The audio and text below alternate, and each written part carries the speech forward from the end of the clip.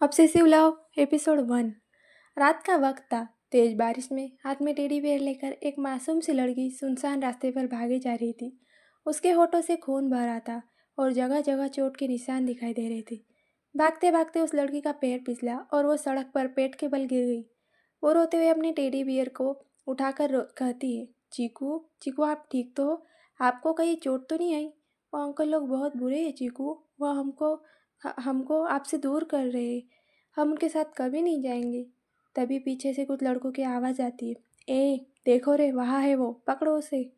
कहकर उसके पास भागते हुए आने लगे। वो लड़की रोते हुए अपनी जगह से उठ वहाँ से लड़खड़ाते हुए भागने लगी। उसके दोनों घुटनों पर काफ़ी चोट आई थी, वहाँ से खून बह रहा था। लड़की रोते हुए भागने लगी। लड़के उसे देख हंसने लगे, अरे बेबी कितना दूर भागोगी? आज तो तुम्हें हमारा होना ही होगा। पूरे 5 लाख रुपए में खरीदा है हमने तुम्हें। आप झूठ बोल रहे हो अंकल। तारा तारा की मम्मा ऐसा कभी नहीं कर सकती। उस लड़की ने पीछे पलटकर मासूमियत से रोते हुए कहा। उसकी आंखें लाल और सूजी हुई थी और रोने के कारण उसका चेहरा लाल और काफ़ी क्यूट लग रहा था। तीखे नैन नक्श, गुलाबी होठ, दूध जैसा सफ़ेद रंग। उस लड़की की उम्र लगभग 18-19 साल की होगी। वो लड़के उस लड़की को देख कहते, ओए रुक जाने मन, 1 महीना, बस 1 महीना हमें तेरे मज़े लेने दे, फिर तुम्हें किसी कोठे पर बेच आएंगे। तभी दूसरा लड़का आकर उसके शोल्डर पर हाथ रख कहता है, अबे वो पागल है, तू नहीं, क्यों मूड की बैंड बजा रहा है? पकड़ उस पागल को, साली सारा मज़ा किरकिरा कर रही है। कहकर 4 लड़के एक साथ उस लड़की के पीछे भागने लगे। वो लड़की उन लड़कों से डरते हुए अपना सारा दर्द भुलाकर भागने लगी। बारिश के कारण उस लड़की को सामने का कुछ दिखाई नहीं दे रहा था। तेजी से भागते हुए वो हाईवे पर आ गई और सामने से आती कार से टकराती तभी वो कार रुक गई। तारा अपनी आंखें बंद कर चीकू को कसकर पकड़ लेती है। तभी कार का दरवाज़ा खुला और अंदर से एक वाइट शर्ट और ब्लैक पैंट पहना लड़का बाहर निकला। वो लड़का काफ़ी हैंडसम था। हाथ में ब्रांडेड वॉच, बाल माथे पर बिखरे हुए थे। शर्ट की आस्तीन उसकी कोहनी तक मुड़ी हुई थी। वो लड़का हद से ज़्यादा हैंडसम लग रहा था। बारिश की बूंदें उस पर गिर रही थी और उसके गीले हो रहे शर्ट से उसके आप साफ दिखाई दे रहे थे। लड़का कुछ कहता तभी वो लड़की उसके पास आकर उसके शर्ट को कसकर पकड़ उसके पीछे चुप कर कहती है, हैंडसम अंकल, तारा और चीकू को इन गंदे अंकल से बचा लीजिए। खुद के लिए अंकल सुनकर उस लड़की की आंखें छोटी हो गई। ओए क्या कर रहा है तू यहाँ? लड़की को छोड़ और निकल यहाँ से, अगर मरना नहीं है तो। एक लड़का आगे बढ़कर कहता है। उसकी बात सुनकर तारा के साथ खड़ा लड़का मुस्कुराया और कहने लगा, वैसे यह हाईवे है, हाईवे पर सभी का हक है क्योंकि ये पब्लिक प्रॉपर्टी है। और रही बात लड़की की, वो किसी की प्राइवेट प्रॉपर्टी नहीं है, इसलिए बेहतर होगा निकल जाओ यहाँ से। इसके माँ ने खुद 1 मंथ के लिए हमें बेचा है, पूरे 5 लाख रुपए में। अब तू हट हमारे रास्ते से, यह हमारी है।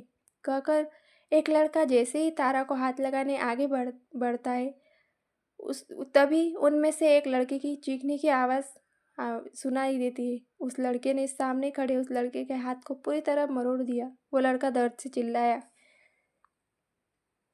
तभी वो लड़का कहता है, कुत्तों का एरिया सिर्फ गली तक सीमित रहता है, यह हाईवे है, यहाँ कुत्तों के भौंकने से किसी को फर्क नहीं पड़ता। उस लड़के की बात सुनकर सामने खड़े तीनों लड़के जो डर से पीछे खड़े थे, अपने कमर से चाकू निकाल उसके सामने करते हुए कहने लगे, अबे तूने कुत्ता किसे कहा? मैंने कुत्ता नहीं, कुत्ते कहा। अब जाओ जाकर अपनी गली में भौंको। लड़के की बात सुनकर वो सभी गुस्से में बौखला कर उस पर झपटने लगे। तभी वो लड़का दूसरे लड़के को दूर फेंक कहता है, 10 लाख दूंगा, लड़की को छोड़, यहाँ से निकलो। हम तुम्हें 50 लाख देते हैं, लड़की को छोड़ और निकल यहाँ से। सभी लड़के एक साथ कहते हैं। लड़कों की बात सुनकर वो लड़का नाम में सिर हिला देता है। अगले कुछ मिनटों में वो लड़के सड़क के बीचों बीच जख्मी हालत में बेहोश पड़े थे। वो लड़का कार से चेक निकाल 10 लाख का चेक एक लड़के के पॉकेट में डालकर कहता है, 5 लाख लड़की के और 5 तुम लोगों के इलाज के। कहकर चेक देकर वो उस लड़की की और पलटा ही था तभी वो लड़की बेहोश होकर नीचे गिरने लगी। लड़का उस लड़की को गिरने से पहले पकड़कर उसे कार के बैक सीट पर लेटा देता है और खुद आगे ड्राइविंग सीट पर बैठ। जैसे ही कार स्टार्ट करने को हुआ तभी उसका फ़ोन रिंग हुआ। फ़ोन पर शो हो रहे नाम को देख वो फ़ोन रिसीव करता है। On call. कहाँ है तू? यार पेशेंट की हालत काफ़ी ख़राब होती जा रही है और उसके घर वाले ज़िद कर रहे हैं। ऑपरेशन तू ही करेगा, वरना वो अपने बेटे का ऑपरेशन होने नहीं देंगे। उसकी बात सुनकर वो लड़का कहता है, ओनली 5 मिनट, मैं पहुंच रहा हूँ। कहकर वो लड़का तेज़ी से अपनी कार आगे बढ़ा देता है। वहीं पीछे लेटी उस लड़की के पैरों से लगातार खून बह रहा था और उसका चेहरा पीला पड़ चुका था। वहीं वो लड़का हवा को चीरते हुए कार को तेज़ी से आगे बढ़ा रहा था। कुछ ही देर में उसकी कार सिंगानिया हॉस्पिटल के सामने आकर रुकी। सिंगानिया हॉस्पिटल एशिया का नंबर 1 हॉस्पिटल। उसके बाहर उसी लड़की की कार आकर रुकी जिसने कुछ देर पहले उन लड़कों को पीटा था। वो लड़का जल्दी से हॉस्पिटल के अंदर जाने लगा। सभी गार्ड उसे देख अपना सर झुकाकर उसे ग्रीट करते। बिना किसी की ओर देखे सीधा हॉस्पिटल के अंदर ऑपरेशन थिएटर में चला जाता है। वही कार में वो लड़की अब भी बेहोशी के हालत में खुद में सिमटी हुई थी। उसके घुटनों से निकला खून अब जम गया था। कार के सीट पर खून खून लगा हुआ था। शायद उसके घुटनों से निकला खून सीट पर गिरा हुआ होगा। करीब 3 घंटे बाद वो लड़का ऑपरेशन थिएटर से बाहर निकला। उसने अपना एप्रॉन निकाला और लिफ्ट से अपने कैबिन में चला गया। उसके कैबिन 9th फ्लोर पर था। वहाँ से 2 कैबिन थे।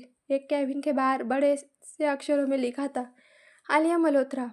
दूसरी कैबिन के डोर पर रुद्राक्ष सिंघानिया। लड़का रुद्राक्ष सिंघानिया वाले कैबिन की ओर बढ़ने लगा। तभी आलिया मल्होत्रा कैबिन का डोर ओपन हुआ। सामने एक बेहद खूबसूरत सी लड़की, जिसके कमर के नीचे लहराते बाल थे।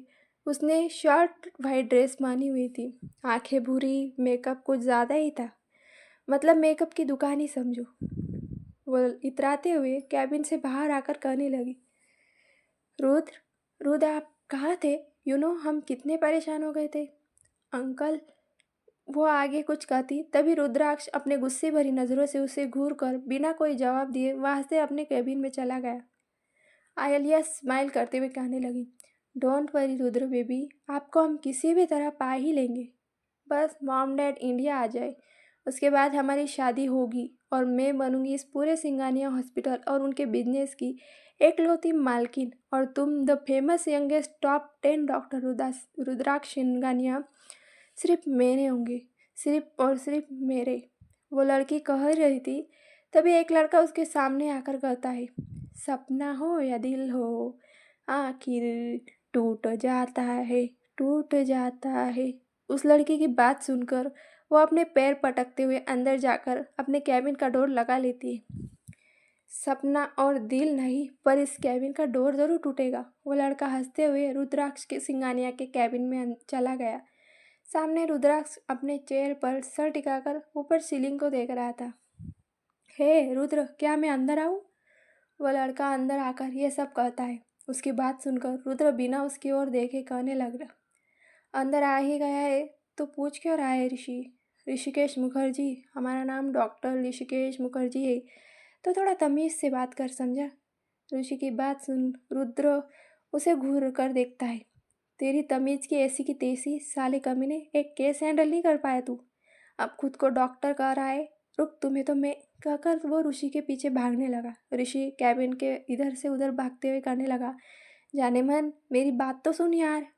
रुद्र कहता है, नहीं, तेरी मैं कोई बात नहीं सुनूंगा, बल्कि पीटूंगा।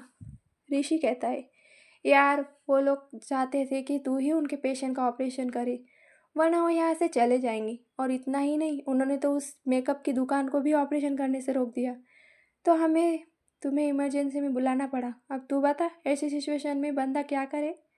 रुद्र उसकी बात सुनकर रुक गया। वो डेस्क पर अपने हाथ पीछे की ओर टिकाकर खड़ा हो गया। ऋषि ऋषि कहता है, वैसे तू कहा था, मेरा मतलब विला से आने से में तो 15 मिनट लगते हैं ना, लेकिन तू आज 30 मिनट में हॉस्पिटल पहुंचा। कहीं कोई लड़की वड़की का चक्कर तो नहीं? ऋषि की बात सुनकर रुद्र सीधा अपने कैबिन से बाहर भागा। ऋषि हैरानी से उसे देखने लगा। अब इसे क्या हुआ? लड़की का नाम सुनकर यह दूर भागता है, लेकिन इतना तेज फुल स्पीड में कौन भागता है? कोई तो चक्कर है, पता लगाना पड़ेगा। वो सोचते हुए रुद्र के पीछे भागने लगा। रुद्र लिफ्ट से सीधा पार्किंग एरिया में चला गया, जहाँ उसकी कार पार्क की थी। वो तेजी से आगे बढ़ गया। कार ओपन कर बैक डोर ओपन करता है। पहले उसने पैसेंजर सीट पर लेटी लड़की को देख राहत भरी सांस ली। अचानक उसकी नज़र लड़की के पैरों पर गई। उसके चेहरे पर वापस परेशानी झलकने लगी। ऋषि भी उसकी ओर आया और सामने लेटी लड़की को देख कहने लगा, कौन है ये लड़की? रुद्र। रुद्र बिना कुछ कहे उसे अपनी बाहों में उठाकर हॉस्पिटल के अंदर ले जाने लगा। ब्रो, लिफ्ट से चल, आलिया ने देखा तो प्रॉब्लम होगी। रुद्र उसकी बात सुनकर कहता है, हॉस्पिटल मेरा है, यहाँ क्या होगा और क्या नहीं ये मैं देख लूँगा, तुम्हें चिंता करने की ज़रूरत नहीं है। रुद्र की बात सुनकर ऋषि खामोशी से उसे जाता हुआ देखता रहा। ऋषि कहता है, काश तू दोबारा वही रुद्र बनकर आए जो पिछले 3 सालों से न जाने कहाँ गुम सा हो गया है। मेरे यार को इतने दर्द क्यों दिए भगवान कि आज वो बेदर्द बन गया। इधर रुद्र उस लड़की को वार्ड में ले जाकर जनरल वार्ड में लेटा देता है। उसकी मासूमियत उसके चेहरे पर साफ झलक रही थी। रुद्र उसके चेहरे से अपनी नज़रें फेर उसके घुटनों पर नज़र डालता है। काफ़ी हद से ज़्यादा चोट आई थी उसे। रुद्र उसके घुटनों पर ऑइंटमेंट लगाकर कहता है, तुम बिल्कुल उसकी तरह दिखती हो। And you know what, I hate you. मुझे नफरत है उससे और उसकी तरह दिखने वाली हर चीज़ से, हर वो चीज़ जो मुझे उसकी याद दिलाती है। I hate this. रुद्र उसके घुटनों पर पट्टी कर देता है। उसके सर पर हल्की सी चोट आई थी, वो वहाँ बैंडेज लगा देता है। रुद्र ने नोटिस किया उस लड़की की बॉडी काफ़ी हीट थी। उसने नब्ज चेक की, फेवर तो था नहीं, अगर होता भी तो बॉडी टेम्परेचर इतना हाई नहीं होता। उसे समझते देर नहीं लगी कि उसे सेक्सुअल ड्रग्स दी गई है। वो झट से उठा और उसने ऋषि को कॉल कर एंटीडोट मंगवाया। बिना कोई वजह पूछे ऋषि हाँ कहकर कॉल कर देता है। इधर उस लड़की को होश आ गया। वो लड़की उठकर कहती है, हैंडसम अंकल, तारा को बहुत गर्मी लग रही है, बहुत गर्मी। अब क्या होगा आगे आगे जानने के लिए अगले एपिसोड का इंतज़ार कीजिए। अगर मेरी कहानी अच्छी लगी तो लाइक करें, कमेंट करें और मेरे चैनल को सब्सक्राइब करें। धन्यवाद।